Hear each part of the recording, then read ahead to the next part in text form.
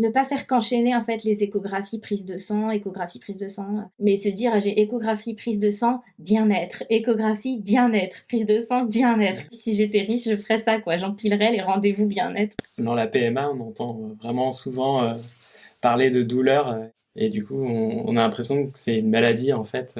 On ne sait pas quoi faire parce que on n'est pas médecin. En plus, on peut pas se permettre de conseiller, de prendre tel ou tel médicament pour aller mieux. On est Tu te sens démuni. démunis, ouais, c'est ça.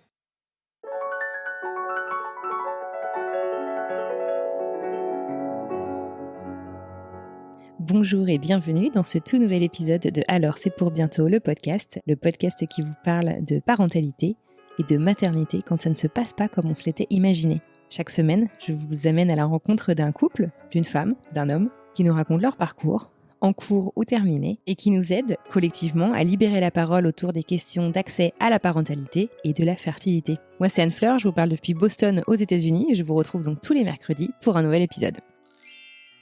Alors pour ce tout premier épisode de la saison 2, nous prenons aujourd'hui la direction de ma chère et tendre Bretagne et j'ai l'immense plaisir de vous présenter un couple aussi pétillant que charmant, j'ai nommé Lise et Benoît. Si Lise a toujours voulu avoir un enfant, lorsqu'elle rencontre son prince charmant, ils décident tous deux de prendre un petit peu de temps afin de s'assurer que leur couple est bâti sur de solides fondations.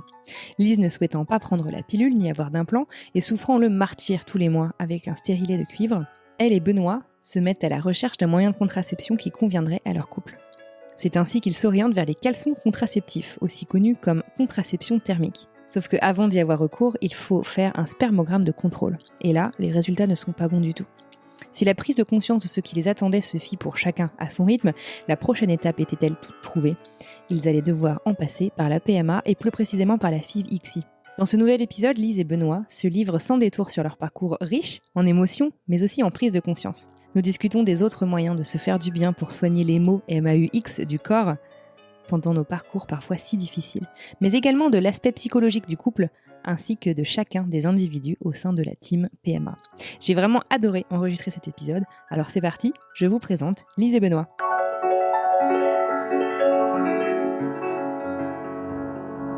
Bonjour Lise et Benoît, bienvenue sur le podcast. Comment allez-vous ? Super. Très bien. Ouais. Alors, d'où est-ce que vous nous parlez aujourd'hui ? On te parle depuis Saintré, une petite ville à côté de Rennes, En Bretagne. en Bretagne, Ah, en France, la Bretagne. en Europe. Je suis bretonne moi-même, c'est important, c'est génial.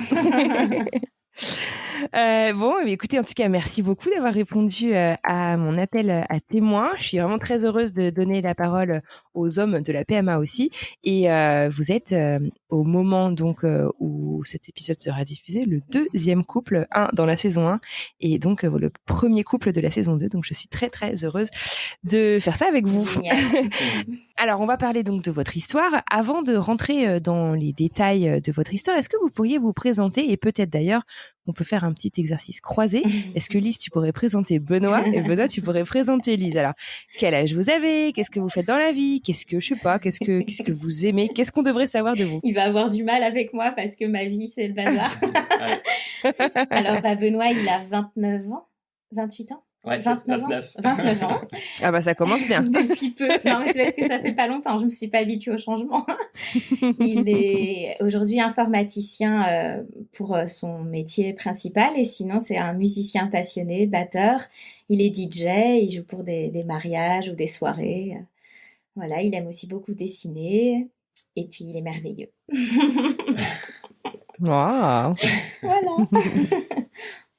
Et alors du coup, Super. elle s'appelle Lise, elle a 26 ans, elle est donc musicienne professionnelle, elle donne des cours, et puis elle fait beaucoup de tricot, elle a beaucoup de projets à droite à gauche, elle est merveilleuse et je suis très amoureux. Le décor est planté. Voilà. Super. Bon, super, merci beaucoup. Alors, comment est-ce que vous vous êtes rencontrés ? À quand remonte, je dirais, le début de votre couple ? Le 27 avril 2016. Oui, c'est ça. Voilà. 11h53. 53. On a l'heure précise parce que C'est vrai. j'étais allée acheter quelque chose au magasin où Benoît travaillait à cette époque et du coup on a la date d'achat en fait avec l'heure. Du ticket de caisse. Et c'est écrit Monsieur Benoît voilà a vendu tel article à Madame Lise et mon nom de famille quoi voilà. Donc C'est on a génial. vraiment notre rencontre précise. Ouais. Et alors, il t'avait vendu quoi? En fait, c'est c'était moi, l'inverse. c'était dans un magasin d'achat-vente, quoi. Et c'est moi qui lui avais vendu un téléphone, c'était un BlackBerry rose. Ah oui, ça s'oublie pas. Voilà, exactement. Et il avait eu un pincement au cœur quand il avait réussi à le revendre parce qu'il avait quitté le magasin. Ah, c'est trop mignon. Donc, on s'est rencontrés comme ça et puis on s'est plus jamais quittés. Ça fait 4 ans. Génial. Ok. Ah bah oui, en plus, c'est au moment où on enregistre, c'est votre anniversaire C'est ça. il y a c'est pas ça. longtemps. D'accord, super.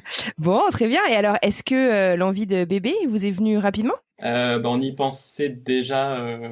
Est-ce qu'on y pensait un peu Bah, quand on se moi, j'ai connaissait toujours eu envie d'avoir un bébé. Ouais. C'était inscrit en moi depuis toujours. Je crois que dès que j'ai eu 18 ans, en fait, et que c'était raisonnable de le dire, je disais à tout le monde, je veux des bébés. Voilà. Et, mais bon, j'avais pas encore rencontré l'amoureux pour ça. Et puis, quand j'ai rencontré Benoît, en quelques mois, c'était devenu limpide. Donc, j'en parlais à Benoît. Je lui dis, voilà, moi, j'ai un désir d'avoir des enfants.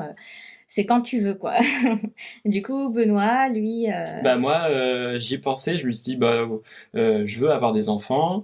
Après, c'était pas pour tout de suite, mais finalement, avec Lise, j'avais envie plus tôt que prévu. Du coup, on D'avoir. s'était dit, voilà, c'était tout frais entre nous, quoi. Hein. Donc, on s'est dit, bon, on va attendre quelques mois ou 1 an ou 2 ans pour être sûr de notre couple, quoi, avant de se lancer. D'accord, ok. Donc du coup, ça faisait donc tu dis quelques mois ou quelques années. Vous avez attendu combien de temps alors avant de vous lancer dans le projet bébé? Alors, finalement, c'est là où notre histoire est vraiment particulière et c'est un comble parce que on cherchait pour les 6, 8 mois, 12 mois, on ne sait pas trop, à venir où on voulait pas tout de suite lancer le projet bébé, on cherchait un moyen de contraception. Moi, j'ai toujours refusé catégoriquement de prendre de la pilule ou les implants ou autres, c'était hors de question pour moi. Et j'avais mis un stérilet au cuivre. Et c'était douloureux. Que j'ai gardé pendant 2 ans, ça a été 2 ans de torture. Ah ouais. Mais j'avais rien d'autre comme moyen de contraception à part le préservatif, mais le préservatif c'est relou, faut dire ce qui est. Donc voilà. Et puis on a découvert, Benoît a découvert un moyen de contraception destiné aux hommes, c'est la contraception thermique, dont on parle pas beaucoup, mais ça commence à se répandre un peu. Et d'accord. C'est quoi alors? Raconte Benoît ce que c'est, ce que tu as expérimenté. Alors en fait c'est un slip qui permet de remonter en fait les testicules à l'intérieur du corps pour augmenter sa température et ça a pour but on va dire d'arrêter la spermatogénèse, du coup stopper la production et donc du coup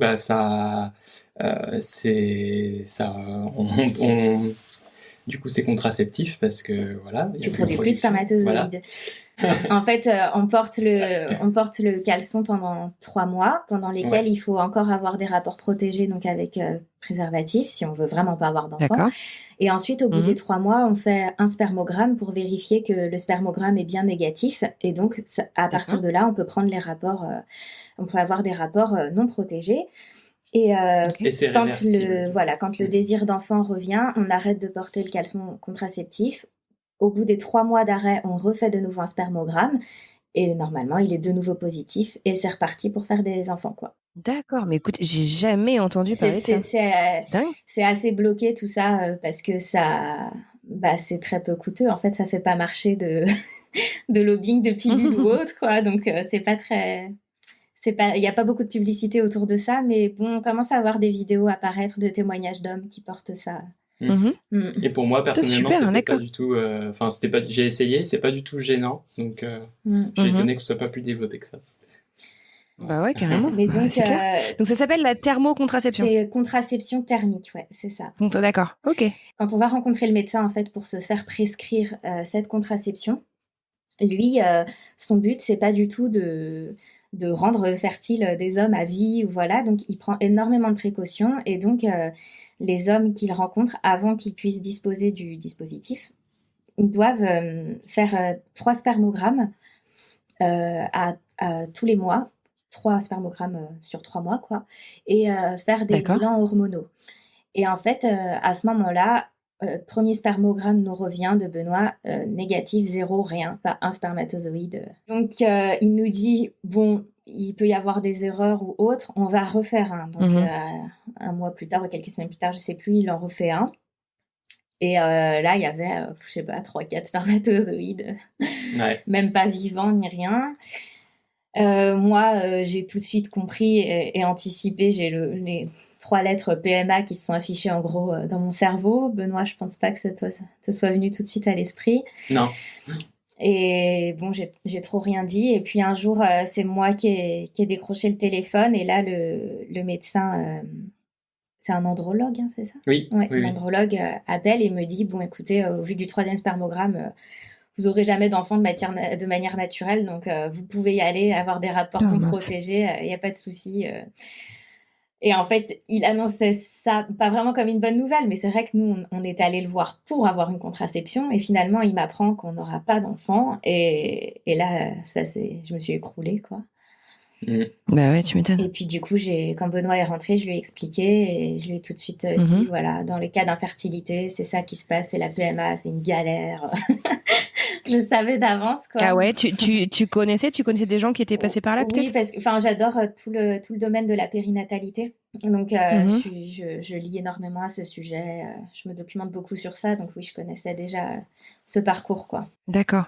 OK. Voilà. Bon, donc du coup, c'est aussi à toi qui est incombé le rôle du coup de partager tout ça avec Benoît. Comment est-ce que tu as annoncé ça, Benoît, et comment s'est passée votre conversation du coup? Comment est-ce que toi t'as pris conscience de ce qui allait se passer, ou est-ce que t'en as pris conscience à ce moment-là d'ailleurs? Bah, c'est vrai qu'au fond de moi, je m'en doutais un petit peu. Je sais pas pourquoi je sentais que j'étais pas plus viril que d'autres hommes, et du coup que je me sentais pas fertile en fait finalement. Donc au fond de moi, j'étais un peu, je me senti un peu pas surpris. Mais après, c'est vrai que là, plus on avance dans la PMA, plus je me dis ah mince, c'est pourquoi ça nous arrive à nous. C'est triste quoi. Mais après bon, je me dis qu'il y a des solutions, donc qu'on va pouvoir avancer quoi. Mais c'est vrai que j'ai mis du temps en fait à prendre conscience au début. Moi, j'essayais de lui expliquer.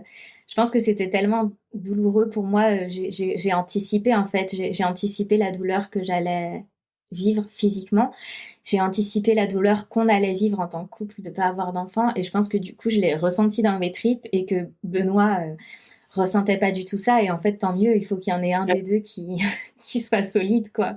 Mais du coup, j'avais quand même envie de pouvoir partager ça, en fait, partager cette douleur, parce que porter ça toute seule, c'était trop dur. Alors du coup, je me souviens qu'on a eu une discussion, je te disais, mais la PMA, c'est ça, et je lui ai tout sorti, la ponction d'ovocytes, on y va avec une broche dans le ventre. Enfin voilà, et je crois que je t'ai présenté les choses de manière vraiment très glauque. Ouais. Et heureusement, la chance qu'on a, c'est que Benoît a un point de vue positif sur les choses en général, donc je pense que j'ai pas réussi à te faire paniquer, tant mieux.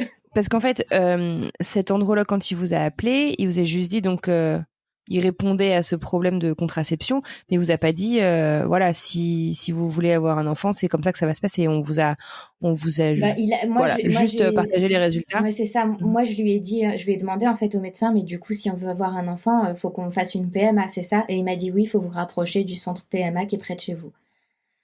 Voilà. Donc, D'accord. Donc, pour répondre à ta question du début, en fait, on n'a jamais essayé d'avoir un bébé naturellement, quoi. On n'est jamais passé par cette phase-là où on se dit mince, ça marche pas. D'accord. Donc voilà, il nous a dit de se rapprocher du centre PMA le plus proche. Donc tout ça, c'était il y a pile 2 ans. C'était en mai d'il y a 2 ans. Et 9 mois plus tard, le temps de faire un bébé, on a eu notre premier rendez-vous PMA. D'accord, donc finalement, même si vous étiez en démarche de recherche de contraception, vous avez décidé de vous adresser à la PMA quand même pas tout de suite, finalement. C'est ça, en fait, quand on a su qu'on ne pourrait pas avoir d'enfant naturellement, on n'a plus jamais pris de contraception. Et c'est devenu l'urgence d'avoir un bébé. Voilà. Ouais, on voulait pas perdre de temps, quoi. C'est ça. On voulait profiter, du coup, de le savoir tôt pour démarrer tout de suite, quoi. Parce que Bien on sûr. a de la chance, moi j'ai 26 ans, donc j'ai des ovocytes tout jeunes. Et Benoît est jeune aussi, donc on a cette chance-là. Et du coup, je me rends bien compte que c'est un gros facteur, quoi, qui joue en notre faveur. Donc je vois pas pourquoi on aurait attendu 2 ans, 3 ans avant d'entamer une PMA, quoi. Ça aurait été bête, en fait. Voilà. Donc, donc rendez-vous à la PMA. Donc, 9 mois plus tard, on est début 2019, si mes calculs Oui, sont c'est bons. ça, en février 2019. Ok, d'accord. Alors, comment ça se passe? Qu'est-ce qu'on vous propose? Comment est-ce que vous êtes pris en charge? Alors du coup, donc on arrive au centre PMA, voilà, et on a un premier rendez-vous du coup avec une gynécologue. On lui donne toutes nos analyses possibles qu'on avait déjà en amont.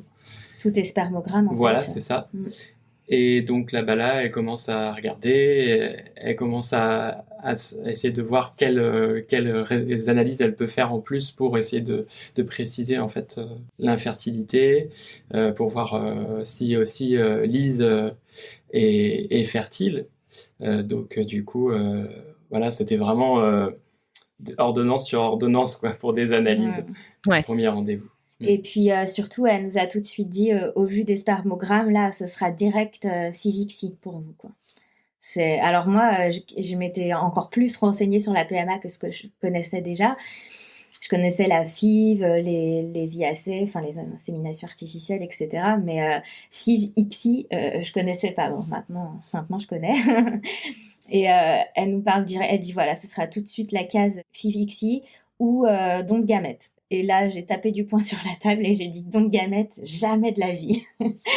Et je suis partie fâchée du rendez-vous. Fâchée qu'on m'ait parlé de ça. Ça m'a dégoûtée, en fait, d'imaginer de recevoir le gamète d'un autre homme que Benoît. Et j'en veux pas du tout à la gynécologue. Je pense qu'elle s'est pas imaginé ce qui se passait dans ma tête à moi. Depuis, ça fait 2 ans enfin, un an, ouais. Et j'ai fait du chemin par rapport à ça. Et comme dit la gynécologue, on n'en est pas là, en fait. Elle nous avait présenté toutes les options possibles, mais c'était pas pour dire on les réalise maintenant. Elle, vraiment, ce qu'elle veut, c'est d'abord qu'on essaye en intra-couple, quoi. Donc, on est sorti de là avec, comme dit Benoît, la pile d'ordonnances. Et puis, en sachant que, voilà, ce serait une FIV-ICSI, mais à condition qu'on trouve des spermatozoïdes chez Benoît. Et du coup, D'accord, mais justement, c'était ça que j'allais te demander, puisque si sur les spermogrammes il n'y avait pas de spermatozoïdes, quelles sont les options du coup pour rester intra-couple, comme tu dis? Alors après, c'est pas qu'il y en avait pas, en fait, c'est qu'il y en avait très peu. alors, il y en a, sur D'accord. les 3 spermogrammes qu'il a fait pour la recherche de contraception, il y avait rien d'utilisable, en fait. Par contre, juste après, il a dû D'accord. refaire des spermogrammes Oui, sur Rennes.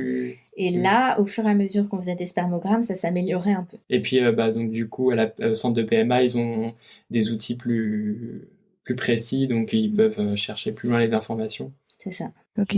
Donc du coup, FIV-ICSI par biopsie ou Voilà, comment ça se passe? exactement. Voilà, Il y avait D'accord. il y a quand même en général pas assez de spermatozoïdes dans les spermogrammes pour faire avec du sperme frais.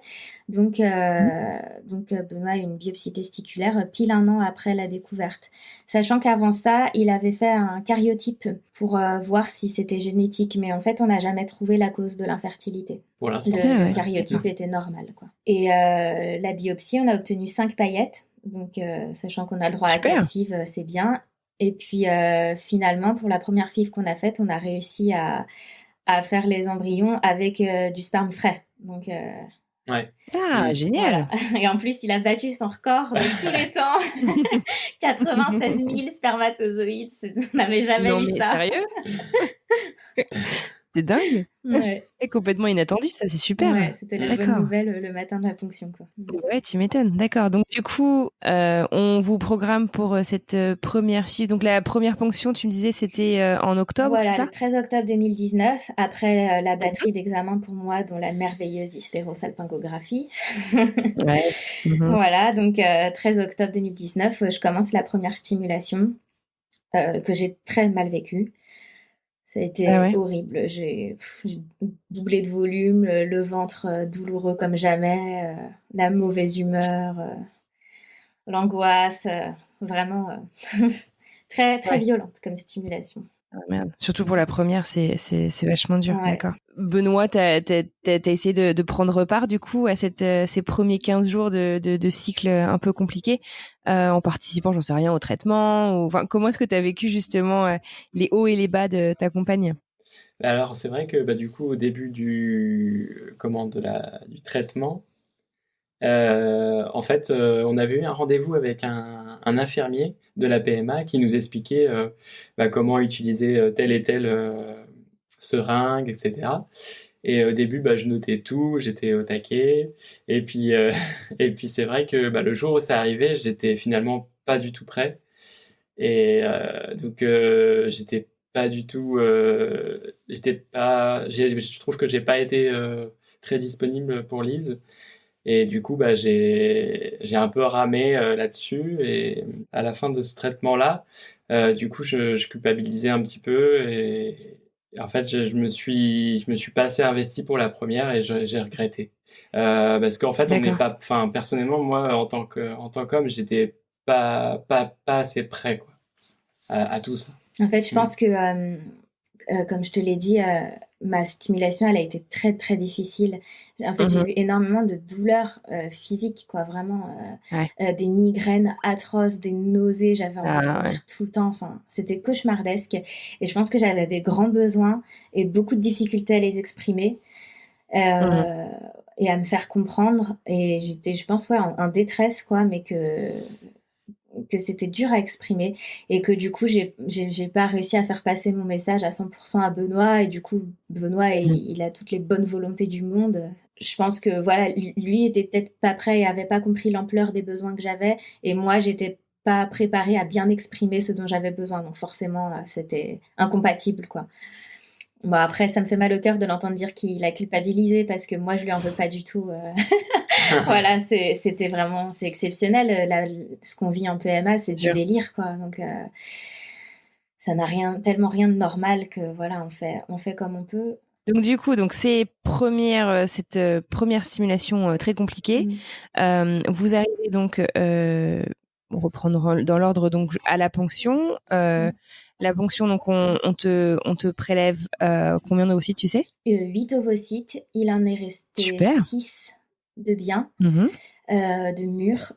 Il y en a 4 qui ont été fécondés, 2 embryons qu'on a dû laisser tomber et 2 embryons beaux, un qu'on a transféré en frais et un qu'on a congelé. Donc la gynécologue était D'accord. un petit peu déçue, quoi, qu'on soit que à 2 embryons. Et, D'accord. et moi aussi, évidemment. Benoît, je sais pas si tu te Ok. rendais trop compte que c'était pas grand-chose, 2 embryons. Ouais, c'est vrai que Mm. quand on voit le nombre bah, en fait, de tentatives qu'on peut avoir, finalement, je me suis pas trop inquiété. Et finalement, plus on avance et plus je me dis, mince, on aurait dû déjà avoir le maximum dès le début, en fait, pour Mm. maximiser les chances. Et Mm. c'est vrai que et là, maintenant, je me rends compte, quoi. C'est contre-coup, quoi. Le traitement a été suffisamment compliqué. Il y aura peut-être, enfin, ça peut aussi expliquer des choses. Enfin, j'en sais rien. Je suis pas médecin, hein, mais Ouais, on sait pas, hein, d'accord. C'est pas facile à expliquer tout ça. c'est ça. D'accord. Donc du coup, on a donc deux petits embryons qui vous attendent. Vous revoilà donc pour le transfert. Comment ça se passe du coup? Premier transfert, c'est quand même super, Ouais, bah non. super fort comme moment, non? Qu'est-ce qui s'est passé? Il y a une gynécologue à Rennes, je dirais pas son nom, hein, mais qui fait peur à tout le monde. Donc je pense que toutes les Rennaises sauront de qui je parle, mais vraiment, Ah ouais? elle est pas gentille. Et sauf quand elle revient de vacances, pendant 2 semaines après, elle est gentille. Mais Oh, c'est pas vrai. du coup, c'est elle qui faisait mon transfert et j'étais pas contente. Et moi, j'ai Est-ce un, que tu savais à l'avance qu'elle avait une mauvaise réputation? ouais, puis je l'avais déjà eu pour les échos de contrôle et tout, quoi, pendant Mhm. la stimulation. Et, et moi, le spéculum, ça me fait toujours très mal. J'ai beau respirer, penser à ouvrir et tout. C'est quand même toujours très douloureux. Et là, d'autant plus avec la stimulation où j'avais mal aux ovaires, avec la ponction et tout. Enfin, tout mon ventre mon ventre, c'était une douleur, quoi. Et du coup, là, elle me met le spéculum et là, j'avais trop mal et je me suis mise à pleurer. Et là, elle me dit, la gynécologue, elle me dit, bah si c'est tant que ça fermait, c'est peut-être significatif. Genre, Oh, psychologiquement, je le veux pas, le bébé, quoi. mais quelle connasse, Ah ouais, excuse-moi. non, mais tu peux y aller, Non? quoi. Et du coup, je pleurais encore plus. Et donc, Bah, bien sûr, non. elle fait le transfert et ils sont partis comme ça. On n'a même pas parlé avec eux ni rien, quoi. C'était trop bizarre comme transfert. C'était ouais, l'usine, quoi. L'usine, ils sont C'est vrai? partis et là, je me suis retrouvée qu'avec Benoît et puis on s'est fait un câlin dans la salle de transfert et puis là, ça allait mieux, quoi. On est parti à Ouais. la mer après, l'après-midi. Et là, j'ai appelé Mhm. mes parents et je leur ai dit, je leur avais pas dit que je faisais le transfert en fait ce jour-là. Du coup, je leur ai dit j'ai un petit embryon dans le ventre et tout. Puis là, ma maman elle a pleuré et tout. Mhm. Ouais, c'était beau. C'était le beau moment. Mm. J'ai l'émotion du coup. Voilà. Ok. Et justement, d'ailleurs, vous en avez parlé un petit peu à votre entourage. Tu dis du coup que tu as annoncé à tes parents, mais du coup, ils savaient que vous étiez en parcours de PMA avant ça, j'imagine? Oui, en fait, dès que le premier spermogramme est revenu négatif, j'en ai parlé à mes parents. Ma maman est infirmière, donc j'aime bien quand on a des examens médicaux échanger avec elle sur ça. Et ils sont pas du tout intrusifs dans notre vie privée, donc ils posent pas plus de questions que ce qu'on leur donne d'éléments, quoi. Voilà, ils se contentent, Mhm. voilà. Donc D'accord. c'est très agréable de pouvoir parler de ça avec eux. Et du coup, ils ont D'accord. suivi au fur et à mesure des examens, quoi. Et bon, moi j'apprécie beaucoup de pouvoir partager ça avec mes parents parce qu'ils sont vraiment à l'écoute et réconfortants. Ils ont les mots, voilà. Et nos amis savent, la famille sait aussi. Et Mhm. en fait, il y a un truc, c'est que moi, un peu, enfin, les gynécologues nous disent tout le temps, en PMA, il faut continuer votre vie comme si de rien n'était. Faut continuer à aller travailler malgré la stimulation. Quand on vous transfère l'embryon, faut penser à rien. Enfin, faut surtout pas penser à l'embryon et tout. Et du coup, j'ai voulu m'appliquer ça à fond et je suis assez juste, enfin pas jusque boutiste, mais je suis très perfectionniste dans ce que je fais en général. Et du coup, je crois que j'ai torturé mon cerveau pour ne pas me plaindre en fait. Je souffrais, mais je me disais j'ai pas le droit de me plaindre Ah puisque ouais. les gynécologues m'ont dit que j'avais pas le droit de me plaindre quoi. Donc du coup c'est ça Alors qu'il aussi. n'y a rien de plus légitime que de partager ce que tu ressens, Ah même quand bah ça je peux va te pas. dire que pour la deuxième j'ai pas fait comme ça. Hein. Ouais, Là j'ai d'accord. ouvert mon cœur. Hein. Ouais, Mais mais donc t'as je pense raison. voilà ça a participé aussi un peu le cauchemar de cette première stimulation quoi. Non, non, mais merci du coup de partager tout ça. Et donc sur justement le partage, donc bah, au sein de votre couple ou au sein de votre entourage, toi, Benoît aussi, tu l'as partagé autour de toi ou c'est quelque chose que tu as préféré garder pour toi? Alors moi c'est vrai que on va dire que je communique pas beaucoup, donc c'est vrai que je suis plutôt discret sur ma vie privée. Et c'est vrai que bah, c'est bête de le dire, mais c'est vrai que les hommes en général, on n'ose pas trop parler de tout ça avec ses amis. Moi, c'est un peu mon cas. Et mais c'est vrai que j'ai quand même dit que à mes amis proches que j'étais en parcours PMA et puis à mon travail aussi. Et puis à une partie de ma famille aussi, j'ai dit que j'étais en parcours PMA, mais ça, sans aller trop dans les détails. Ou alors quand il y a Lise avec moi, c'est vrai que elle me pousse un peu et du coup ça me permet de m'exprimer un peu plus quoi là-dessus. Mais c'est vrai que en règle Ouais. générale, j'en parle pas trop. Ok, très bien. Bon, merci. Alors, du coup, donc je reviens à cette FIV, donc Mhm. le jour du transfert, donc tu en parlais donc à tes parents. Euh, Arrive du coup 10-15 jours qui sont pas toujours 15 jours faciles ouais à c'est ça. gérer. Ouais. Bah, moi, ça a été difficile parce que, en fait, j'ai saigné pendant 15 jours. Je saignais, je saignais, je saignais. J'appelais tous les jours le secrétariat PMA et on me disait, oh, bah, on sait pas, machin. Enfin, c'était. Mais elle a été gérée n'importe comment, cette fille. Je comprends pas parce qu'on est dans un Mhm. super centre PMA et la deuxième stimulation a été exemplaire dans son déroulement, quoi. D'accord. Et je comprends pas ce qui s'est passé avec cette première fille, mais vraiment, ça a été le bazar, quoi. Et donc, ouais, ça saignait beaucoup. C'est ce mélange de sang marron et frais là qu'on a en Mhm. stimulation. Et c'était tous les jours, quoi. Ah oui, tu vois. Et bon, on n'expliquait pas. On disait, bah, c'est les résidus de la ponction. Voilà. Au bout de 2 semaines, ça saignait toujours. Du coup, on m'a dit, bah, c'est tes règles qui reviennent. Je dis oui, mais bon, dans ce cas-là, ça veut dire qu'elles sont arrivées depuis 15 jours déjà, les règles. Enfin bon. Donc, je fais la prise de sang, Mhm. 300 UI Mhm. de bêta-HCG, donc Ok. un bon taux, quoi. Ouais, c'est quoi tu te souviens de la fourchette à partir de Ouais, c'est, en fait, laquelle on considère que la FCG est positive? premier mois de grossesse, c'est entre 0 et 700, je crois. En fait, à partir D'accord. du moment où c'est Ouais, donc au-dessus c'était en... de 5, c'est qu'on est enceinte. Mhm. D'accord. Voilà. Donc on Donc, était super là. bah, même Ok. pas, parce qu'en fait, ça saignait tellement. Et Ah c'est pas ouais. bon signe que du coup, on s'est même pas réjoui. Et fallait attendre de voir si le taux allait doubler. Donc, 2 jours plus tard, on refait la prise de sang, 700 Mhm. bêta-HCG. Donc, on avait plus que doublé. Bon, bah, cool. Sauf que Mhm. ça continuait à saigner. Mhm. Plus Ah des ouais. douleurs pour moi, de règles et tout, quoi. Et il y a la 3e prise de sang, qui est à J20, je crois. J'étais à 1100 UI. Et là, on se dit, tiens, c'est pas... Enfin, on devrait être à plus, quoi. Hein. Là, ça a commencé à mettre la puce à l'oreille. Et ce qu'on craint beaucoup en FIV, c'est les grossesses extra-utérines. L'embryon qui va se loger dans une trompe ou ailleurs. Donc là, tout de suite, on commence à me parler de ça. Donc là, je me colle l'angoisse de la grossesse extra-utérine, où là, pareil, Benoît avait jamais entendu parler de ça. Donc je dis, bah c'est simple, c'est un embryon qui va dans une trompe, et puis après, il y a la trompe qui explose, et puis du coup, tu peux plus avoir d'ovocytes. Le film Mhm. d'horreur. Voilà. Ouais. Et, et du coup... Tu partages souvent des scénarios catastrophiques quand même avec le pauvre Benoît. Ouais. Heureusement qu'il est positif. C'est ça. Oh là là.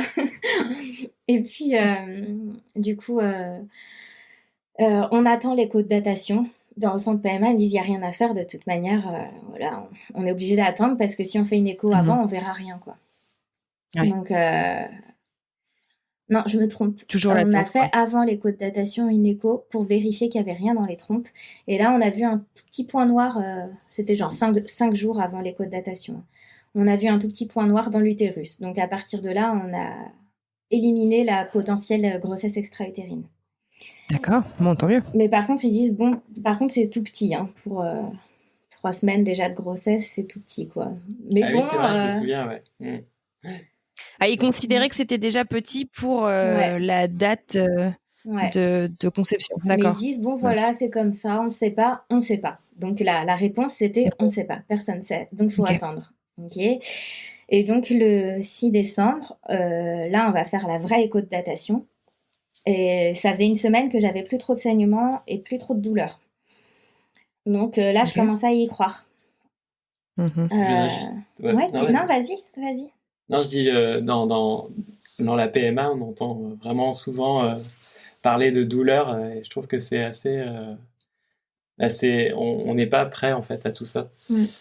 Et du coup, on a l'impression que c'est une maladie, en fait. Donc, du coup, vas-y, excuse-moi de t'avoir coupé. Non, mais c'est intéressant. Bah oui. Continue. Ouais. Qu'est-ce que tu veux dire par là? Bah, c'est vrai que en fait c'est beaucoup beaucoup de douleur bah, pour la femme. Donc moi j'étais pas prêt quoi à tout ça. Mm. Tu te rendais pas compte de Ouais. ce dans quoi vous vous embarquez, quoi. Ouais, bah oui, ouais. Et je pense que ça lui faisait mal au cœur de me voir souffrir Mhm. physiquement, quoi. Bien sûr. On Donc, sait pas, en plus on sait pas quoi faire parce que on n'est pas médecin. En plus on peut pas se permettre de conseiller, de prendre tel ou tel médicament pour aller mieux. On sait, en fait on est tu te sens démuni. démunis, ouais, c'est ça. Pour reprendre, du coup, le 6 décembre, écho de datation. Et là, on voit un beau sac gestationnel avec le début de cordon et tout, mais on ne trouve pas d'activité cardiaque, quoi. Et Merde. là, ça a été super dur. Quand je suis sortie de la salle, je crois que j'ai crié, j'ai hurlé dans la Ah rue, ouais. je crois, de douleur Mm. morale, Oh. quoi. C'était, ouais, j'étais En, inconsolable. en plus, la veille, Ah oui, avais la sensation j'ai eu un moment trop bizarre. d'avoir perdu quelque chose la nuit. La veille, j'ai eu un moment trop bizarre. On va me prendre pour une folle, je suis quelqu'un de très terre à terre. Mais du coup, j'ai vraiment vécu ça. Mais j'étais allongée sur mon lit parce que j'étais fatiguée. Et je regardais le plafond, je faisais rien, j'écoutais pas de musique, rien du tout. Et je me suis sentie partir. Et j'ai senti que en moi, j'avais le choix entre la vie ou la mort. C'est trop Ah ouais? bizarre. Je peux rien expliquer de plus que cette sensation-là. Et comment est-ce qu'on ressent ça? Ouais, c'était fou. Enfin, qu'est-ce que tu ressens pour te faire interpréter ça ou Bah, c'est enfin, juste que je sais pas comment formuler j'avais ça. la sensation en moi de Ouais. pouvoir choisir de la sensation de la vie ou la sensation de la mort. Et Waouh. ça, j'ai plané peut-être pendant 30-40 minutes comme ça. Et après, un moment, Benoît est monté. J'ai entendu ses pas dans les escaliers et je suis sortie de ça. Et je me suis dit, mais qu'est-ce qui m'est arrivé? Et je sais pas C'était si je jamais t'en arrivé ai... avant, un truc Ah comme non, ça? jamais, non, non. Je sais pas si je t'en ai T'es parlé. pas Oui, si, tu m'en as parlé. particulièrement spirituel ou? Non, non, non, pas particulièrement. Je suis Ah pas ouais? croyante ni rien. Ouais. Putain, c'est dingue. Trop bizarre. Et même ma maman, qui est très très terre à terre, je lui en ai parlé en me disant, elle va sûrement se moquer de moi, mais non, elle s'est même pas moquée de moi parce que je crois que c'est pas drôle en fait, comme truc. Mais ouais, Non, c'était mais c'est une expérience incroyable, quoi. ouais, ouais, ouais. Surtout quand on sait que voilà, c'était le lendemain, c'était l'écho de datation et qu'en fait, je portais Sûr. un embryon mort, quoi. Ouais, bien sûr. Donc ça a pris du sens le lendemain, quoi. Ouais, c'est ça. D'accord. Donc trop bizarre. Donc voilà. Et du coup, juste en sortant de l'écho de datation, la sage-femme me dit, bah aller quand même faire une prise de sang de bêta-HCG pour voir si c'est redescendu, quoi. Déjà, les bêta-HCG, au moins, quoi. Du coup, ça a été l'enfer. J'étais dans le labo en pleurs inconsolables à attendre ma prise de sang. Ouais. L'infirmière préleveuse, bah faut pas pleurer, madame. Mais je viens d'apprendre qu'il y a pas d'activité cardiaque. Je dis, bah oui, mais vous aurez d'autres chances et tout. Et vous êtes jeune. Vous êtes jeune et tout ça. Je dis, ah, mais Ouais. tais-toi, je veux juste rentrer chez moi. Ouais. Mais les pauvres infirmières aussi, enfin, Ouais, tu vois, je me dis, elles veulent dire quelque chose, tu c'est vois. ça. Ouais. Elles veulent aider. Je remets bien sûr pas aucunement en cause ta douleur, hein, mais elles veulent dire quelque chose, mais en fait, finalement, peu importe ce qu'elles vont dire, ce sera à côté, quoi. Mais c'est Ce ça. sera à côté de la plaque. C'est ça. Mais c'est comme tout. Elles connaissent pas toute ton histoire Ouais. et c'est, ouais, c'est toujours maladroit. Mais c'est tout le monde en fait, tout le monde autour de Ouais. toi en PMA veut dire quelque chose de gentil et c'est merveilleux parce que ça Mm. veut dire qu'on est entouré de gens qui veulent être gentils. Mais c'est souvent tellement maladroit comme là par exemple, on a eu un échec de tentative pendant le confinement là et tout le monde disait ah ouais mais vu le coronavirus c'est mieux que c'est pas marché. C'est là. Non en fait, je veux dire autour de moi il y a plein de femmes qui Ouais. accouchent pendant le coronavirus, qui tombent enceintes pendant le coronavirus et tout et tu leur dis pas qu'elles feraient mieux de perdre leur bébé parce que c'est le coronavirus quoi. Bah, Mais putain, c'est parce que les gens ont besoin de dire quelque chose. tu peux dire et quelque voilà, chose, c'est c'est ça. ça. Ouais. Mais ça va, j'ai pris du recul sur ça. J'essaye de pas écouter le contenu qu'ils disent. Je me dis, ils sont juste en train de dire quelque chose avec gentillesse. C'est ça De qui compte. bienveillance, voilà. C'est ça, exactement. Ouais, non, mais t'as raison. C'est bien, t'as pris du recul sur tout ça. D'accord. Carrément. Je suis moins glauque maintenant. Oh là là là, d'accord. Donc, du coup, on est Oui, donc, le 6 fin décembre. de... Voilà, c'est Et ça, puis, donc avant les fêtes. c'est ça. Et du coup, je préviens le centre de PMA et ils me disent, bon, bah, on va suivre l'évolution de la fausse couche, quoi. En espérant qu'elle se fasse toute seule pour pas avoir à faire de curetage ou autre. Là aussi, j'ai expliqué à Benoît ce que c'était un curetage. Ouais. Peut-être je l'ai effrayé encore. Épisode 2 de la série d'horreur. Donc là, je faisais régulièrement des échographies. Il y a un truc qui m'a trop fait mal au cœur. C'est un moment, la gynécologue, elle me dit ah bon, bah là, c'est bien parce que l'embryon, il s'est bien aplati, donc il va descendre tout seul. Et moi, j'imaginais mon embryon tout plat. Oh non. Oh mon Dieu. Les détails. Ouais. Et du coup, par contre, elle dit non, mais il reste trop de résidus embryonnaires, etc. Donc, on va te donner le médicament pour qu'on donne pour les avortements médicamenteux, quoi. Et là, ça a été une nuit de cauchemar.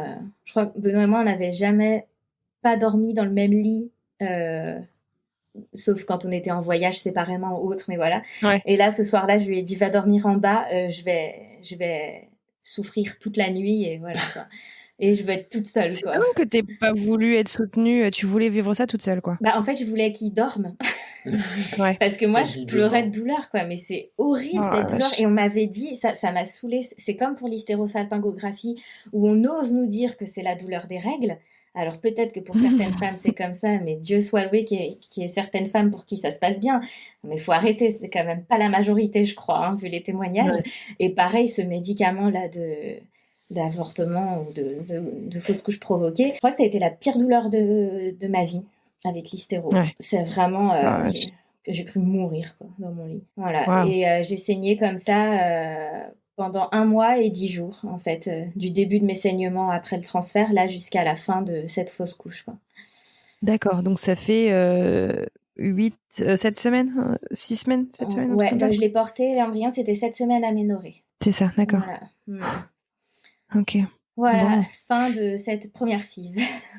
Ouais, d'accord. Donc une FIV douloureuse sur tous les plans et C'est ça, à l'opposé ok. de la suivante qu'on a eue. Ah, alors racontez-moi. Donc du coup le centre de PMA se tourne rapidement vers la suite. Bah c'est ça, il nous restait un embryon congelé. D'accord. Voilà. Ok. Donc du coup c'est pas une nouvelle FIV, c'est un nouveau transfert. Exactement, c'est ça, avec une Mhm. stimulation D'accord. pour préparer le terrain, quoi. Et puis 2 semaines plus tard, Mhm. enfin 3 semaines, parce que j'ai pas répondu hyper intensément aux médicaments, donc on avait prolongé d'1 semaine. Ils ont adapté justement le traitement comme ça avait été tellement douloureux la première fois? Bah non, même pas, parce qu'ils peuvent rien faire en fait pour ça, quoi. Donc du coup, on a commencé la deuxième FIV le 11 février 2020 et j'ai Mhm. eu le transfert d'embryon congelé le 3 mars, donc 1 semaine avant l'annonce du confinement.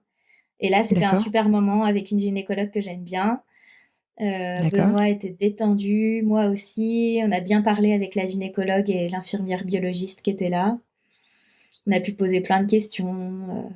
Ils ont pris leur temps. J'ai pas eu mal avec le spéculum. Génial, une super expérience du coup là par rapport à la Ah, première fois comme là, tu disais, ouais. un vrai bon transfert. Et puis le 16 mars, je fais la prise de sang et c'était négatif. Donc ça n'a pas marché une deuxième fois. Très très dur C'est aussi. pas resté aussi longtemps, quoi. Finalement, en fait, quand on pense que ça marche pendant un moment, bah Et moi, j'étais plus confiante sur cette deuxième FIV. J'avais l'impression que ça marchait, quoi. Ouais, non, c'est hyper dur quoi parce que on a envie d'écouter notre corps et puis des fois le corps il nous dit ce qu'on a envie d'entendre et Ouais, puis inversement, exactement. enfin c'est hyper dur quoi. Ces moments-là, C'est très juste ce on que tu interprète dis. tout ce qu'on ressent et C'est très très juste ce que Mm, tu mm. dis que on, on nous rabâche tout le temps un peu dans cette période d'être à l'écoute de son corps et tout. Et c'est génial, hein.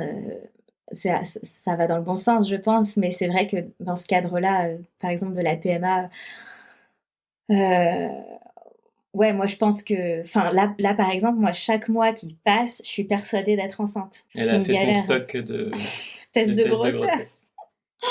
Parce que j'en ai marre de croire que je suis enceinte tout le temps, quoi. Comme tu dis, on veut tellement être à l'écoute de son corps et en même temps, on se dit, si je suis à l'écoute de mon corps et que je suis enceinte, je dois ressentir ça. Et du coup, bah, on ressent ça, même si ça n'existe pas, quoi. C'est ça, la méthode Coué. Ouais, c'est Non, ça. c'est clair que c'est dur. Moi, c'était pareil, hein. Je comprends tout C'est à fait vrai, ouais. ce que tu Donc voilà. Mais par contre, il y a quelque chose qui est super dans notre centre PMA, c'est qu'il y a une psychologue Mhm. de PMA. D'accord. Et elle est géniale, elle est trop mignonne. Et je suis allée la voir après ma première fausse couche. Et c'est grâce à elle que j'ai retrouvé la joie de vivre. Et j'avais parlé justement avec elle de ça, de où placer le curseur dans l'espoir, quoi. Parce qu'on Ouais. nous dit il faut toujours continuer à espérer, même d'avoir un enfant de manière naturelle et tout ça. Mais je lui disais, mais des fois, l'espoir, il me bouffe, en fait, quoi. Parce que je vais être déception en déception. Ou alors, par exemple, pour ma première fille, à l'inverse, j'étais désespérée. J'y croyais pas tellement, quoi. Du coup, elle me disait, mais vous pouvez pas faire une PMA sans espoir, ça a pas de sens en fait. C'est vrai. Du coup, voilà, j'avais travaillé avec elle un peu sur ça, sur où placer le curseur. Et pour ma deuxième FIV, j'étais plutôt contente de ça, quoi. J'ai pas fait les montagnes russes de l'espoir et du désespoir. Allez, T'étais pour les plus prochaines. armée psychologiquement, quoi. Exactement. Et j'ai eu moins D'accord. mal aussi, bon, forcément, parce que là, on cherchait pas à produire des ovocytes, quoi. Mais c'est super intéressant. Et alors, donc, tu disais que tu as été suivie côté psy, donc entre ces deux FIV.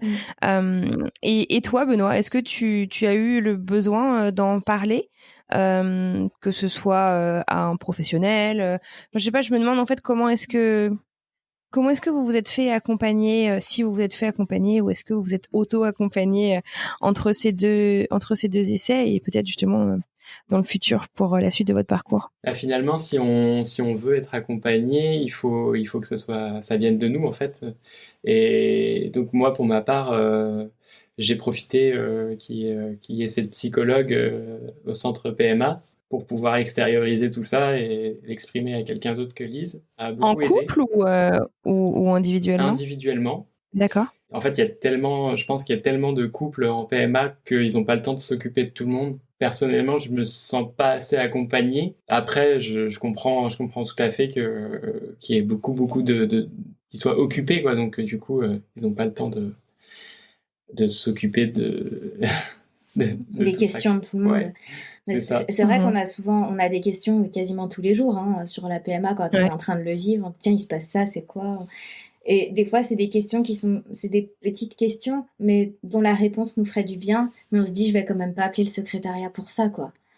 Et bon, moi, j'ai pas trop envie de faire mes recherches sur Google parce que ça me paraît pas être la bonne idée. Du coup, c'est vrai qu'on reste quand même avec beaucoup de questions sans réponse, qu'on note, et puis quand on a la gynécologue sous la main, on lui déballe toutes nos questions, mais on a peur de lui faire perdre son temps et tout. Alors c'est vrai que moi je rêverais d'avoir vraiment une personne dédiée à mon accompagnement et à notre accompagnement. Je sais pas, qu'on puisse avoir un rendez-vous une fois par mois, même si on n'est pas en stimulation ou autre, quoi. Mais pouvoir rencontrer quelqu'un et dire, bah là, on en est à ça, il y a ça qui est prévu, j'ai eu tel rendez-vous, etc. Ça peut permettre de faire des bilans, mais à quelqu'un d'autre qu'à soi-même ou à son compagnon, quoi. Bien sûr. J'aimerais bien. C'est une super idée, ça.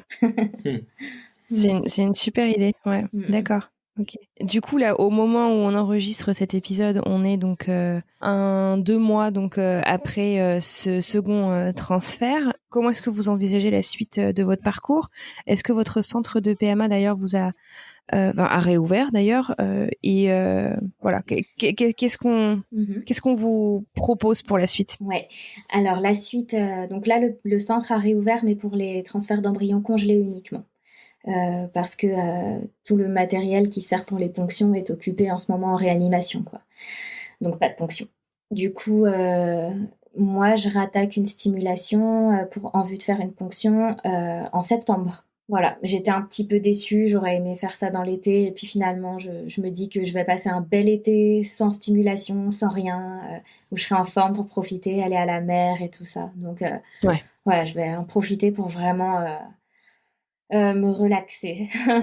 Voilà. Ouais, bien sûr. Et du coup, donc on a eu un rendez-vous en visioconférence avec la gynécologue, et puis elle commence par dire bon, vous avez eu mal pour votre première stimulation? Je dis ah ouais, beaucoup et tout. Elle dit ah ouais, je suis désolée, mais on va augmenter les doses pour la suivante là.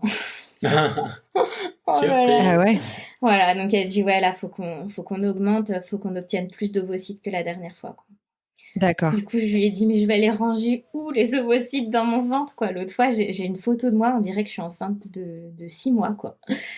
Tellement mon ventre était devenu gros et dur. Du coup, ouais, j'ai quelques appréhensions pour cette prochaine stimulation. Bah, déjà, parce que j'ai pas un bon souvenir de la première. Bien sûr. J'ai peur de l'anesthésie générale aussi. Ma gynécologue, elle préfère pas que je le fasse sous anesthésie locale parce que vu que j'ai un utérus qui est quand même très qui est très perméable à la douleur, du coup, elle m'a dit franchement, faites pas votre ponction sous anesthésie locale, vous allez trop souffrir, quoi. Ah, peut-être que c'est une bonne idée. Je comprends effectivement que ce soit un peu effrayant. Mais j'aime pas du tout l'anesthésie générale. Quand je me réveille, je suis dans le gaz et je trouve qu'on a la douleur qui nous saute au visage alors que sans s'y préparer, du coup, l'intensité surprend. Moi, ça fait que je me tends. Mais après, je me dis que sachant tout ça, j'ai des outils pour m'y préparer. Bon, dans notre centre PMA, ils proposent de l'acupuncture, donc je vais faire ça. Je vais continuer le suivi avec la psychologue dès que j'en ai besoin. Et puis, j'ai découvert les massages. J'avais jamais fait de massage avant. Et à Noël, après ma fausse couche, j'avais demandé à ma famille, en cadeau de Noël, qu'on m'offre un massage. Et ma tante avait entendu mon appel. Et ils m'ont offert un massage d'1h30. Et, le pied. Ça a été un moment de bien-être. En fait, j'avais eu mal au corps pendant 2 mois. Vraiment, mon corps était une douleur. Et là, ça m'a tout changé. Donc, si vraiment je peux encourager les nanas en PMA à faire des massages, mais allez-y. C'est clair, c'est une très bonne idée. Et comme tu dis aussi, ça permet aussi de se réconcilier peut-être un peu avec son corps et de... Ouais, c'est ça. Et puis de se faire toucher le corps aussi pour autre chose que des échographies pelviennes. Ouais, bien sûr, tout à fait. Voilà, c'est un toucher différent, quoi. Ah bah ça Mm. c'est sûr. Est-ce que donc tu dis l'acupuncture et justement j'allais te demander est-ce qu'il y a d'autres approches que vous avez peut-être considérées ou des choses dont vous ne voulez pas entendre parler, enfin, qui pourraient être disponibles pour vous aider à vivre le parcours, à préparer ton corps pour le parcours? Alors, Est-ce qu'il y a des choses que tu as regardées à part ça? ouais, bah, moi, ma maman est infirmière, elle a une amie infirmière, elle, qui s'est formée au shiatsu. Donc, j'ai fait une séance de shiatsu en février, avant mon transfert d'embryon, en fait, d'embryon D'accord. congelé. J'ai fait ça, voilà. Et puis, sinon, oui, moi, je suis... Et t'en as pensé quoi? Ça t'a plu? Ah ouais, bah pareil, c'est du papouillage, donc ça fait du bien. J'ai pris goût au massage, hein, comme tu peux le constater. Tu peux, mais t'as tout à fait raison, t'as le goût des bonnes Voilà. choses. Tu peux décrire ce que c'est d'ailleurs le shiatsu? Je pense pas que tout le monde connaisse. Bah, j'ai pas trop cherché dans les détails, mais je crois que c'est des points d'appui et de massage pour libérer ou les énergies ou les chakras. Enfin, c'est pas tellement les mots qu'elle utilise. C'est une infirmière qui est très terre à terre et qui fait du shiatsu. C'est rigolo parce que on penserait pas forcément que ce soit compatible, mais ça l'est. Ouais. Et D'accord. voilà, elle me disait, bah par exemple, j'ai bien débloqué au niveau du bassin. Je crois qu'elle m'a pas trop expliqué de choses. Je me suis laissée aller entre ses mains et laisser la magie Ok. opérer, quoi. Après, moi, je suis très ouverte à tout, en fait, tant que ça peut faire du bien, quoi. Euh, je pense que si j'étais riche, je ferais tous les trucs comme ça, tous les trucs un peu parallèles, quoi. Ouais. Ce qui me retient de le faire, en fait, c'est l'argent. C'est que ce sont que des choses qui sont pas remboursées. Et du coup, c'est ça qui bloque parce que la séance d'ostéopathie à 50 €, le shiatsu à 40, enfin, voilà, ça fait vite beaucoup Ouais. d'argent, quoi. Donc, Bien sûr. donc voilà. Et j'ai fait une séance d'ostéopathie aussi avant le transfert. Pareil, c'était bien. D'accord. Voilà. Et l'ostéopathie, c'est pris en charge c'est pas pris en charge en France par, Non. ou les mutuelles peut-être, mais pas la Ouais, mais Sécu. moi, ma Ah, mutuelle, ça elle fait même dépend, pas ouais, ça. ça dépend des D'accord. mutuelles, ouais. Par contre, là, D'accord. Ok, l'acupuncture ok. au centre PMA, ce sera pris en charge. Comme la psychologue, Ah, c'est super. quasiment pris en charge. Il nous reste 20 € à payer. Ouais. Super. Donc, D'accord. voilà. C'est pas du tout les prix des Ok. psychologues habituellement, quoi. Donc, c'est chouette. Bien sûr. Mais ouais, moi, je serais vraiment pour... en fait, la PMA, c'est l'attente. Hein. Je crois que vraiment, c'est un synonyme. Patience et maître mot. C'est clair. Ouais, c'est ça. Et du coup, en fait, de placer des rendez-vous un peu bien-être comme ça, peu importe le contenu du rendez-vous, ne pas faire qu'enchaîner, en fait, les échographies, prise de sang, mais se dire j'ai échographie, prise de sang, bien-être, échographie, bien-être, prise de sang, C'est ça. bien-être, quoi. Voilà, c'est vraiment ça. C'est pour ça que je te Ouais. dis, si j'étais riche, je ferais ça, quoi. J'empilerais les rendez-vous bien-être. Non, mais t'as raison. Et puis c'est pas accessoire, quoi. Non. Finalement, ton corps, c'est ton meilleur allié, quoi, dans tout ça, avec Benoît, bien entendu. Mais c'est ton corps quand même qui subit tout ça. Donc si t'as moyen de pouvoir prendre soin de ton corps et le chouchouter un peu pour qu'il tienne la distance, bien entendu. Puis après, ouais, d'accord. Enfin, après, j'allais te demander peut-être que t'as regardé autrement peut-être des choses qui sont peut-être moins chères, comme tu parlais des prises en charge qui sont pas toujours, voilà, financièrement abordables. C'est le yoga aussi, la fertilité. Je sais pas si c'est un truc qui t'intéresse ou si t'as testé, mais il y a souvent des cours en ligne sur YouTube. Je sais qu'en tout cas aux États-Unis c'est très très populaire. Ben, moi, je fais du yoga depuis début septembre. Ah d'accord. Dans ma commune, en fait, il y a un cours de yoga qui est donné par une association tous les lundis soirs. Et du coup, la prof de yoga, elle est au courant de mon parcours. Donc du coup, elle adaptait les séances à moi. Bon, là, avec le coronavirus, il n'y a plus de cours de yoga. Mais voilà, elle adaptait les séances pour moi quand j'étais en stimulation ou autre. Et le yoga, c'est ce qui m'a permis de tenir le coup pendant la première stimulation. C'était vraiment salvateur, quoi. Donc, je fais pas du yoga précisément pour la fertilité, mais je fais du yoga pour ton bien-être global, quoi. Voilà, c'est ça. Et par contre, plus je fais du yoga, plus j'entre facilement en méditation. Je fais toujours un peu de méditation à la fin de ma séance de yoga, parce que j'en fais chez moi aussi. Et ça m'a beaucoup aidé pour l'anesthésie générale de la ponction. Où en fait, je me suis mise en méditation dès que je suis rentrée dans la salle d'opération. Et je pense que l'anesthésiste, il l'a compris. parce qu'il m'a pas parlé ni rien. Et enfin, il a vu que j'étais complètement partie, quoi. Et du coup, je me souviens même pas avoir été endormie, ni par le masque. J'ai même pas senti l'injection ni rien, quoi.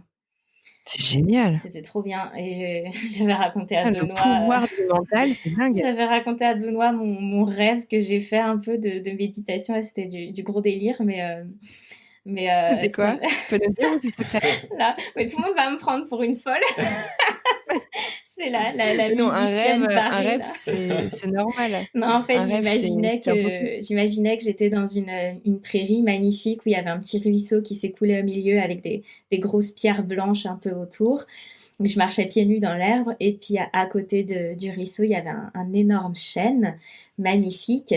Et je me suis approchée tout doucement du tronc et je me suis posée le ventre, enfin le corps face au tronc, quoi, collé au tronc. Et petit à petit, je suis rentrée dans le tronc et il s'est complètement enserré autour de moi avec ses lianes, quoi, ou ses racines. Et du coup, j'étais un peu paralysée par la sève. Il n'y a même pas de sève dans un chêne, je crois. Hein, mais... Mon papa est paysagiste, il me corrigera. Mais du coup, voilà, et j'étais enserrée comme ça. Et en fait, en salle de réveil, quand j'ai ouvert les yeux et que j'ai vu que j'étais en salle de réveil, dans ma tête, je venais d'être libérée par le tronc, quoi. Je me suis vue ressortir du tronc où les lianes se défaisaient de moi et ressortir comme ça. Et j'ai ouvert les yeux et j'étais en salle de réveil. Et c'était trop drôle, cette salle de réveil, parce qu'il y avait 2 enfants qui avaient été opérés et du coup, ils amenaient des cadeaux aux enfants en salle de réveil. Et un enfant, il disait « Non, moi, je veux pas de cadeaux, j'aime pas les cadeaux, moi !»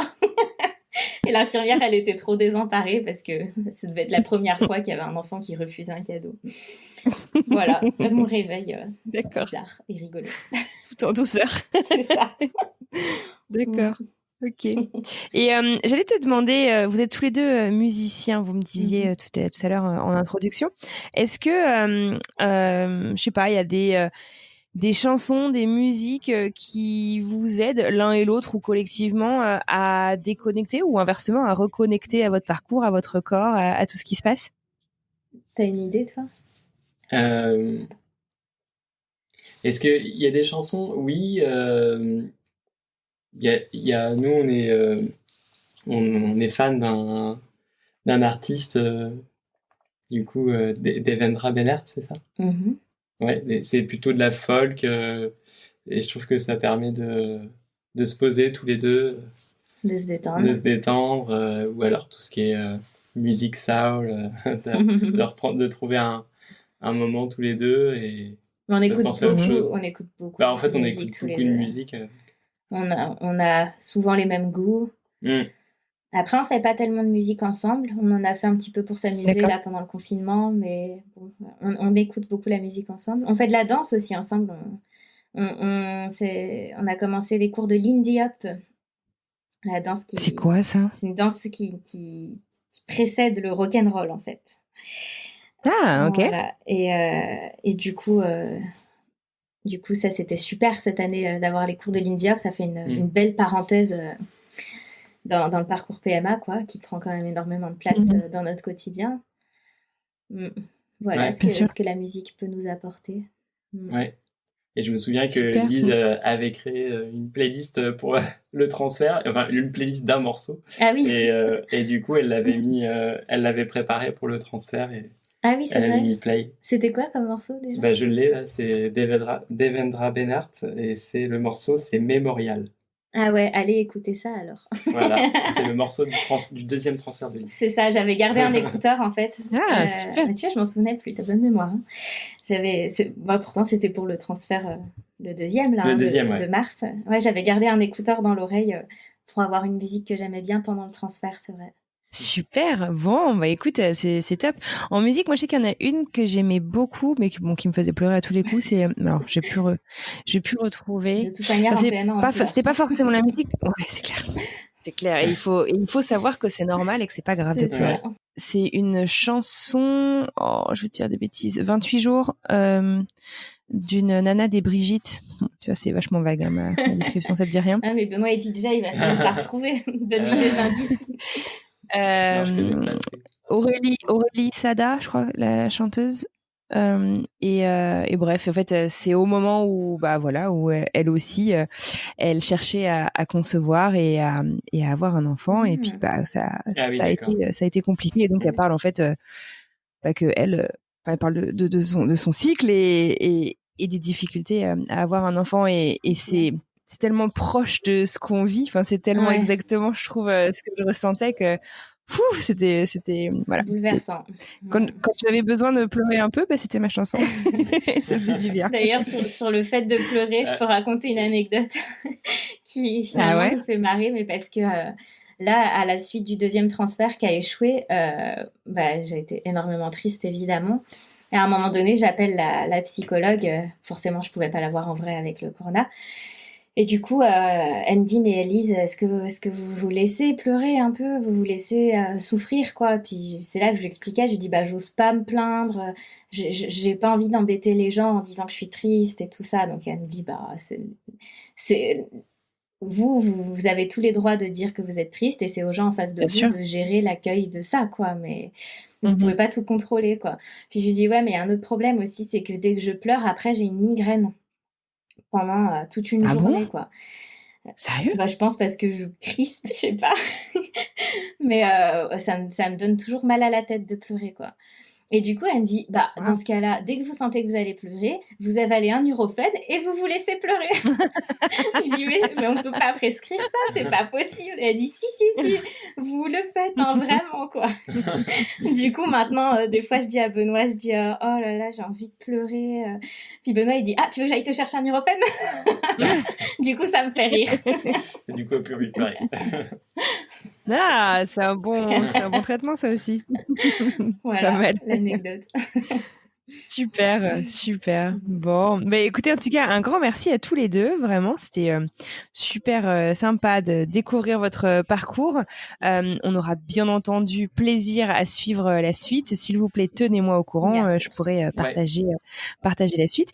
Avant de nous quitter, est-ce que l'un et l'autre, vous auriez un conseil à vous donner, à vous-même, il y a 2 ans, en début de parcours? Moi, ce que je pourrais dire à moi-même, je me dirais d'être gentille avec moi-même, euh, d'accepter, de m'autoriser à avoir mal, physiquement et moralement, et de m'autoriser à le dire. Vraiment, je crois que c'est le plus important.